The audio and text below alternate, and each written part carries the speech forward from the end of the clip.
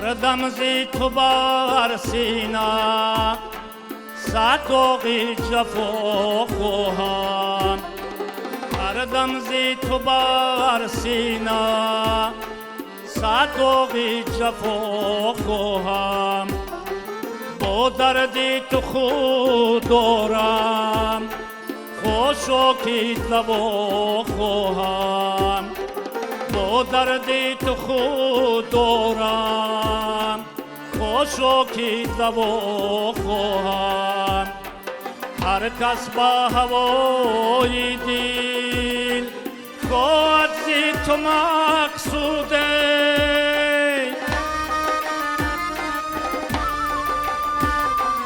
هر کس با هوای دل خواهد زی تو مقصوده زین جمله تو فیلی تو من از تو را خواهم زین جمله تو فیلی تو من از تو را خواهم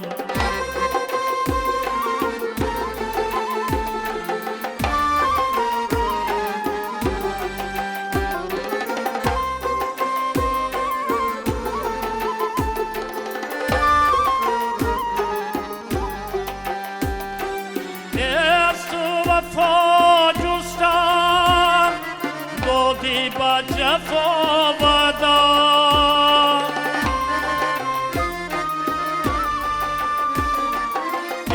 از تو وفا جستم بودی با جفا بدم باز آمدم امروز تو بد وفا خواهم باز آمدم امروز تو بد وفا خواهم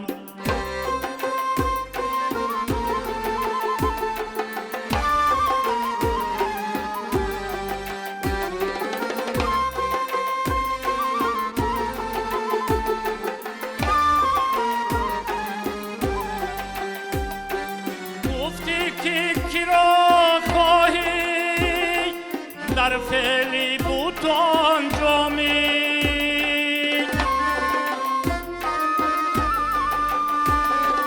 گفتی که کی را خواهی در فعلی بود انجامی چشم اسم مرا غافل روز از تو کی را خواهم چشم اسم مرا غافل روز از تو کی را خواهم چشم اسم مرا غافل روز از تو کی را خواهم تشکر. درود عزیزان، شام نکویتان را میگوییم که باز هم نکوتر باشد با تماشای برنامه خاطره ها و ما باز هم مجازاً مهمان خاندان شما هستیم، انیقترش مهمان دیدگان شما و خوشحالیم که شما نیز برنامه خاطره ها را تماشا میکنید و پیگیر ما هستید. چرخ گردون همیشه در گردش است، عمر میگذرد، امروز این ساعت و این لحظه ها نیست و هر آن چیزی که گذشت خاطره خواهد بود. در یاد آدمان نیک باشد خاطره های نیک میماند. امروز هم ما اشخاص نیک و نیکوسیریش را در برنامه دعوت نمودیم و دوباره دعوت نمودیم هنرمندان تئاتر جمهوریوی موسیقی دراموی ناحیه دنغره که بازخواند سرود استاد هنرپیشه بسیار نامی و معروف سالهای 70 قرن گذشته برات یخشیف که با ما چهره بسیار آشنا هنرمند نامی و صاحب ذوق رجب علی اوالوف می سرایند. هر یک شما را خوش آمدید میگویم، شامتان بخیر باد. تشکر. و چه خیلی که گفتیم در یاد آدمان نکو همیشه خاطره های نکو میماند. بید یاد از هنرمند بسیار نامی عصر گذشته برات یخشیف که نه تنها در ناحیه دنغره بلکه در تمام جمهوری و حتی بیرون از آن هم معروفیت خاصه پیدا کرده بودند و تا حال پیروی دارند برای خود، تا حال محبوبیت دارند.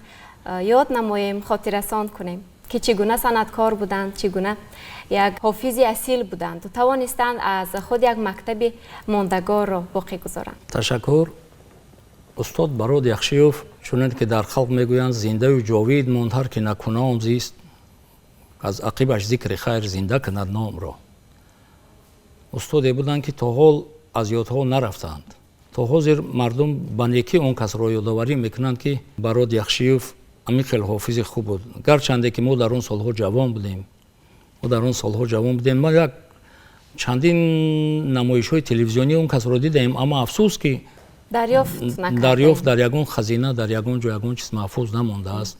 بله ما نیز جستجو کردیم ولی متاسفانه دریافت نکردیم، اما خوشبختانه همین را گفته میتوانیم که تا حال در فوند طلایی رادیو سرودهایشان هست و همیشه پیوسته پخش میگردد. ما زیاده از 31 سرود اون کس را از خزینه رادیو دسترس کردیم. یک چند سرود او را با اثر نو ما زنده کردیم. بله. همان محبتی که نسبت به این مرد هنر بود و هست ما را وادار نمود که دوباره ما برنامه خاطره ها را ببخشیم به صنعت ایشان، موسیقی ایشان و دوباره بازخوانی نماییم سرودهای ایشان را. یعنی خود مخلصان از ما درخواست کردند که بگذار یک برنامه باز هم جالب و رنگین باشد که بخشیده شده است به براد یخشیوف. و امروز در این برنامه کدام سرودهایشان بازخوانی میشه و در برابر آن سرودی که در اول بازخوانی کردید؟ بعد این من 4 سرودی اون کس را به اینجا دسترس کرده آوردم. یک سرود دیگر است آشیان بلبلان و دیگر نصیحت نامه و یک سرود دیگر دهقان دختر. 4 سرودی اون کس را ما دسترس کرده به اینجا آوردیم حضور. واقعا آن سرودهایی که به دلها راه یافته بود، از دلها جای گرفته بود، شما انتخاب نمودید. عموما اگر نظر اندازیم نابسته از آن که این نفر آهنگساز نبودند، ولی هر یک آن سرودهایی که نفر بازخوانی کردند و سرودند حتما که به دلها راه یافته است، چون یک آواز بسیار مخملین، آواز بسیار گیاه، آواز بسیار تازه داشت. میگویند آن نفرانی که زمان همنشین بودند، زمان همکار بودند و خوشبختانه ما نیز همه این آوازه را شنیده ایم. تا حاضر در ناحیه دنقره آدمانی هستند که تا حاضر نام براد یخشیوف را میگیرید آب چشمانشان میبرید. و مانند بابای عجیب که همسال و همسین و همسالی استاد هستند، وقتی که یگون گپ درباره براد یخشیوف میرود از چشمان اون کس به اختیار آب میبرید. راست.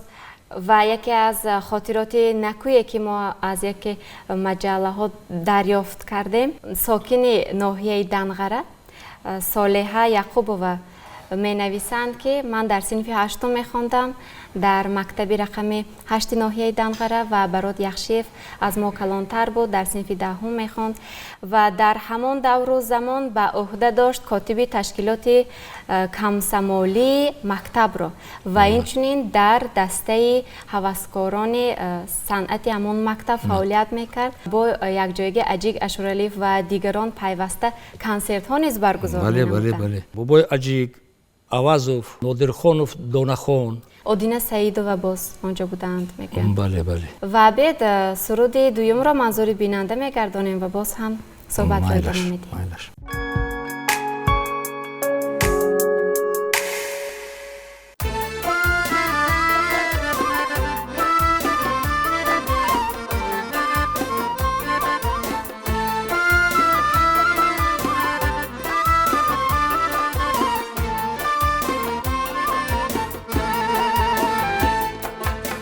سنمی لب شکرین و زنین از همه برنامه تو صد آفرین.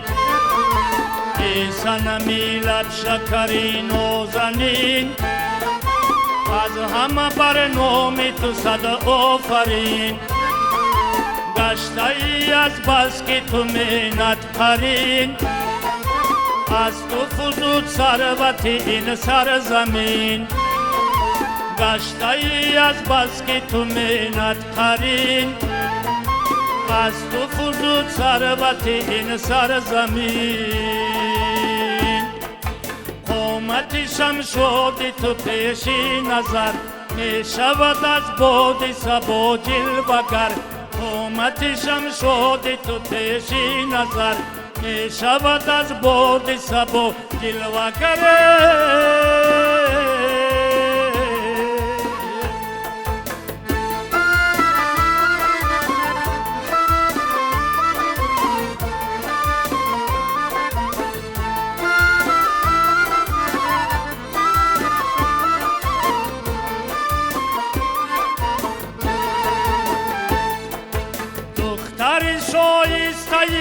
کن توی تو بیلو هم زیرک و چکن توی دختر شایسته ده کن توی تو بیلو هم زیرک و چکن توی حاصل دستی تو به میلیون رسید سربری زرکاری دوران توی حاصل دستی تو به میلیون رسید سربری زرکاری دوران توی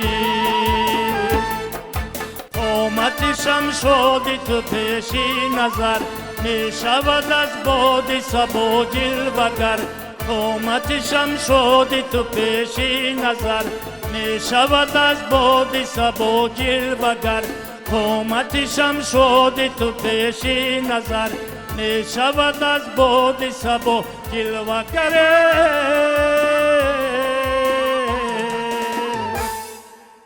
تشکر. این سرود هم در برابر دیگر سرودهای براد یخشیف دعوت میکند کس را تبلیغ میکند به بیداری فرهنگ، مهنت، مدنیت که قریب تمام سروده های ایشان همین گونه بود. یعنی همزمانانشان میگویند که مردم را با طریق سروده های خود، ترانه های خود پند و نصیحت میکرد. دعوت مینمود به فرهنگ اصیل داشتن، مهنت کردند، مردانگی، فرزانگی. و باز از روی شنیده هایمان همین معلوم گردید که تقریبا از سالهای 70 تا 90 عصر گذشته بسیار هم یک ترانه مود بود، جذاب بود در همان دور و زمان و پیوسته در رادیو پخش می شد. بله بله. خب شما چه خاطره ای دارد از این سرود؟ من اصلا این سرود رو همین در اخیر شنیدم. من سالهای پیش سرود رو نشنیدم. چندین سرودهای اون کش رو زهجرانت عزیزی من همیشه چشمی تر دارم، مرد اگر از پا یفتد سر نمی آید به کار، چون جدا شد سردتن افسر نمی آید به کار. این سرودها رو، لیکن این سرودی دهخان دخترش رو من از ثبت‌هایش شنیدم. پس از دریافت کردن پس در ثبت‌های اون کس ما دریافت کردیم. اون کس خودشون دهقان بودند. بله، پدرشان میگویند که دهقان بودند، یعنی در عائله کشاورز به دنیا آمدند و تا اون دوره‌ای که به دوشنبه میآیند همیشه در صحرا در نزد دهقانان برآمد میکردند. در نزد دهقانان برآمد میکردند. خود راننده تراکتور بود برای یخشیف. چون در برنامه گذشته من گفتم که اون کس در اون سالها همکاری بین کلخوزها و سوخوزهای اون دوره بوده است. در قشلاق‌های ما رفته تراکتور میرونده است و من عمکم بابای خالنظر گفت که اون کس در سوخوز ما سوخوز ورشیل میگفتند در اون دوره، در سوخوز ورشیل وقتی که تراکتورانی میرود و شب در یگان محفل سرود میخونند، عمکی من با اون کس میگه که برو جان این کسب تو نیست، میگه این تراکتورانی کسب تو برای ریسپوبلیکا را، میگه سرود بخوان که تمام جمهوری آواز تو رو شنود و فراغت برند. و شاید محض همین پند و نصیحت ها بود، شاید محض همین دعاها بود که سالیان نگذشته استاد نامی دور اکا شریف جورایی به دنغره می آیند و با هدایت و راهنمایی این نفر براد یخشیف به دوشنبه می آیند. و باز از روی گفته هنرپیشه شایسته تاجیکستان آوازخوان ورزیده کریم رحیم معلوم می گردد که این نفر در خوابگاه با هدایت اکا شریف جورایی می ایستند و هنرنمایی هم می کنند، مکتب موسیقی این نفر را می آموزند و عموما از صنعت با خبر می گردند، ولی شاید محض از آن سبب که زاده دهات بودند و همیشه در کار و بار کشاورزی مشغول بودند، چند بار فرار میکنند و باز هم ولی از مکتب فرار باز برگردونده میآورند اون کس رو. باز چه خاطره عجیبی هست از این مرد هنر در یاد شما، در خاطر شما شاید نفری به شما نقل کرده باشد، چون گفتید جوانید که شاید خودتان میدانید و خودتان آگاه هستید. پادپالکورنیک میلیسیا بود، اکای دانخون شنیدم که با اون کسا خش تباری داشتند. اون کس به نهایت آوازی پرقوت داشتند. تو حاضر در جمهوری اینقدر آدما رو من میدونم، با یگون کس من آوازی اون کس رو برابر کرده نمیتوانم و بسیاری استادانم باور کن برابر شده نمیتواند. و در برابر همین گونه آواز پرقوت و آوازه خوب داشتنشون ولی خیلی خاکسار آدم خاکسار بودن، همیشه بله. خندان رو بله، بودن بله، و بله. هزلگو نیز بودن. هزلگو بودن، بله. و اینچنین باز بیشتر سرودهای خلقی میخوندن و ژانر مقام رو نیز خیلی خوب اجرا میکردن. خصوصا میگویند که همین سرودی قلعه بندی رو قریب در تمام محفل ها، معرکه ها مردم درخواست میکردند که بسرویند. بله بله. در اون سالها فقط یک تا انسامبل فعالیت میکرد در کمیته تلویزیون، فقط یک انسامبل مقام بود. شاید از همون سبب اون کس نقص اجرا میکردن. لیکن مکتب براد یخشیوف اصلا مکتب کانگورت است. بله درست است. مکتب کانگورت. کریم اکاشریف ادامه دهنده مکتب بله، کریم اکاشریف جورایف نه تنها به دنقره با تمام جمهوری سفر کردگی. بله. من از رحمتی پدرم شنیدم سال 1933 بعد چندم مراتب از زندان آزاد شدن کریم شیش اکاشریف جورایف به کانگورت می رود. و پدرم به من نشان داد که در همین جایی که پدر نشان داد گفت که در اینجا دو تا چنار بزرگ بود در زیر همین نشسته پیش از اونه که آخرین مراتب به محبس میکشند کریم شیش رو صحبت میکنند. همین بسیاری چیزا رو از همین اکاشریف جورایف از کریم شیش نوشته میگیرد. از اون جمله شال میبافم شالتر میبافم خیانت دیگر کرده جان داده رکم فتا خوندن. بسیاری چیزا رو از همین مکتب براد یخشیوف اصلا مکتب مردم کانگورت است. مکتب کریم شیش است. و باز میدونیم که این نفر بسیار شخصی صمیمی بودند و سرودهایشان نیز مثل خودشان صمیمی و دلچسب و دلرس است. و شما اسرار همین چیز رو، سری همین چیز رو در چی میبینید؟ شاید در آواز باشد و یا در شخصیت؟ شاید در شخصیت باشد. شاید از محیط زیست، از کوهستان، در تلو تپه دهقانی کردن. اینم تاثیر به آواز آدم بسیار میرساند. اصلا همه مردمی که آوازهای بلند شد مردم کوهستان هستند. بله درست است و بسیار مردمی صمیمی و خاکسار هستند. و چون گفتید که این نفر در کمیته تلویزیون و رادیوی نزدیک حکومت جمهوری تاجیکستان در همان دوره فعالیت داشتند، باز با دسته هنری خود روزی سفر میکنند. یکی از ماه‌های فصل تیر ماه بود. باز در نزد دهقانان کشاورزان سرودخوانی میکنند که در آنجا عبدالله نظریف هم بودند. بله بله. بسیار یک هنرمندی معروف و دوست داشتنی و در بین اینقدر مردم یک موی سفید میبراید با نام حسن و میگوید که ما براد جان را بسیار نغز میشناسیم و میدانیم فرزند خودمان هست، ولی محض با واسطه همین مهنت و چی گویم کوششی براد یخشیف عبدالله نظریف رو امروز دیدیم. تنها در رادیو تا امروز صدایشان را شنیده بودیم. خوشبخت میگردند، بسیار خوشحال میگردند. یعنی مردم ناحیه دنقره تا به حال از داشتن این گونه یک صنعتکار اصیل افتخار دارند. بله بله. بیایید سرود نوبتی را نیز منظور بیننده میگردانیم. مایلش.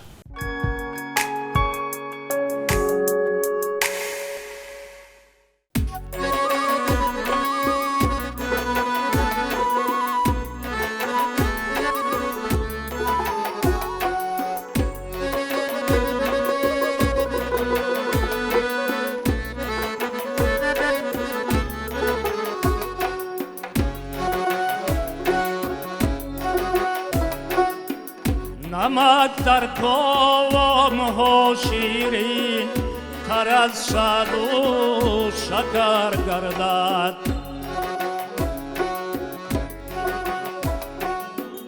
جگر ها خون شود تا یک پسر مثلی پدر گردد.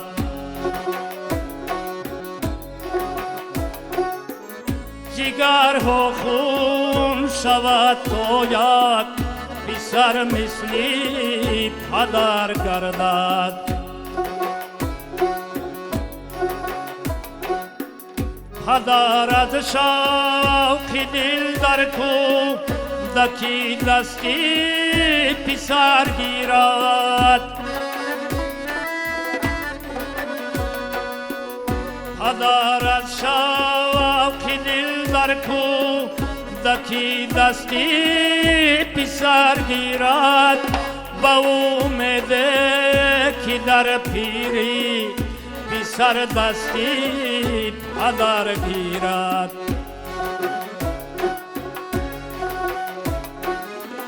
با اومده که در پیری بی سر دستی پدر گیرد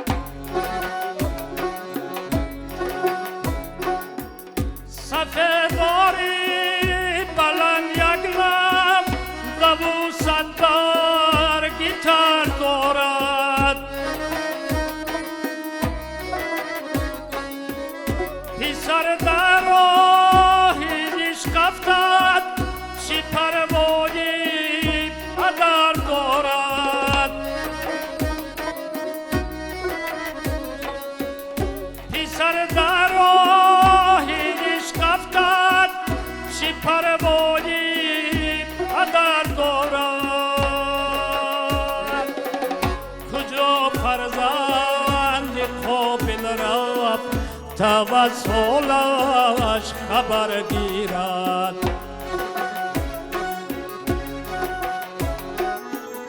کجا فرزند ناقابل گریبانی پدر گیرد کجا فرزند ناقابل گریبانی پدر گیرد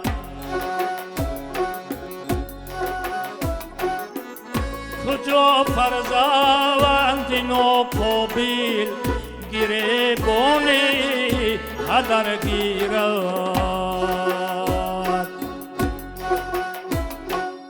تشکر. محض از روی همین گونه سرودها گفتن ممکن است که صنعتکار هم خصوصا حافظ هم سراینده هم میتواند تربیتگر باشد. بله بله بله. و اگر ما به رپرتواری برات یخشیف نظر اندازیم این گونه سرودها خیلی زیادن، سرودهایی که نصیحتی است. اینچنین با آواز مخملینی برات یخشیف تاثیرش هم دوچند گردیده است که تا به حال میبینیم همین سرود محض انا همین سرود محفل آراست بزم آراست. بله. بسیار طلب میکنن این سرود را. بله در اکثریت جمع آمدها در معرکه‌ای که می‌نشینی بسیاری آدمان خواهش میکنن که همین سرود را اصلا این سرود با چند طرز سراییده می شود. بله، لیکن بله. این طرزی مخصوصه که اصلا پدرهای ما هم با همین آهنگ می سراییدن. پدری من میگو که با همین آهنگ کریم شیش هم با همین آهنگ همین سرودها رو می سرایید میگفت. بله. و همون صنعتکاری که اصلا خود در مکتب بزرگان مکتب اصیلزادگان تربیت یافته است میتواند یک مکتب خاصه خود را گذارد که ما این را از روی زندگی نامه استاد برات یخشیف دیده میتوانیم، گواهی همین هم گردیده میتوانیم. شما برای خود چی گرفته تا به امروز؟ چون گفته جستجو کردیم و گفته میتوانیم که از زندگی نامه شان از فعالیتشان بسیار خوب آگاهی داره. از فعالیت کارشان آگاهی دارم. از روی سبکی که این نفر داشتند شما برای خود چی گرفته توانستید؟ سبک مخصوص، سبک توزه خودش که با یگون کس پیروی نمیکند. مثال گرچنده که اکا شریف جورایف استاد بزرگی اون کس هستند، لیکن این کس با آواز خود میسرد، تقلید نمیکند. تقلید در صنعت اصلا تقلید چیزی نارواست آخر. سراینده ای که یک سرود رو سرایید، دیگر کس با آهنگی او هم که سراید به درجه او سراییده نمیتونن، لیکن این کس با آواز مخصوص خود سرایید، تقلید نکرد، با آهنگ دیگر سرایید همین سرودها رو. بله پیرو بودن ولی تقلیدکار نبودن. بله. چون همین گونه یک آواز خاص داشتند و مکتب خاصی خود را نیز در دوام عمری نه اونقدر زیادی خود، یعنی 49 سال خود باقی گذاشته توانستند سفرهای زیادی نیز داشتند به شهر مسکو روسیه و اینچنین افغانستان و ازبکستان نیز چندین بار سفر کردند. این را ما در چندین مجله ها خواندیم. متاسفانه گفتیم که نوارشان را نداریم ولی خاطره های خیلی زیاد داریم. باز کدام سرود منظور بیننده میگردد حالا؟ افسوس که مؤلف این سرود رو ما نیافتیم. اوشیان بلبلان این در زمان ایجاد شده است. این سرود که با همه کارگران کمیته تلویزیون بخشیده شدگی، با انسامبل مقامی کمیته تلویزیون دیدم من در چمن یک آشیان پرصفای بلبلان. خب از کی فهمیدید که این سرود بخشیده شده است محض به انسامبل مقام کمیته؟ این کس رو برادری اون کس به من گفتن که همین سرود رو برادرم برای کارمندان کمیته تلویزیون سرایدگی با انسامبل همون دوره مقام کمیته تلویزیون. خب بهترین بیت پس میشنویم. مایلش.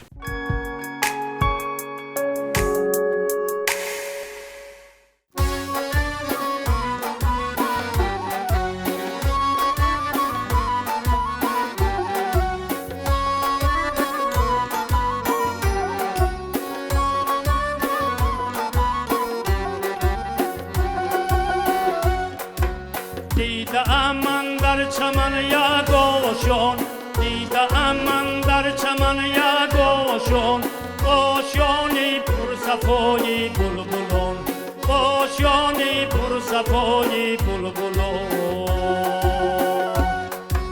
بلبلانی نکته پرداز نکو، بلبلانی نکته پرداز نکو، بازانی گلی خوش رنگ بو، عشق بازانی گلی خوش رنگ بو.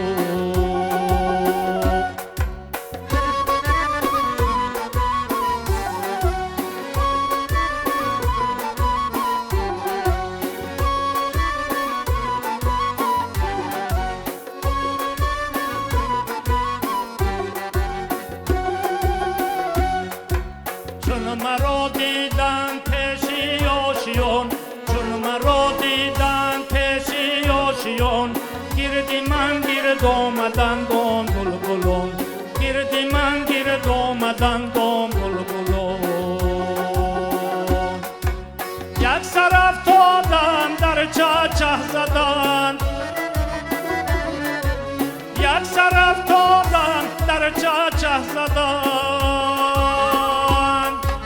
نغمه ها خوندم در وصف چمن، نغمه ها خوندم در وصف چمن.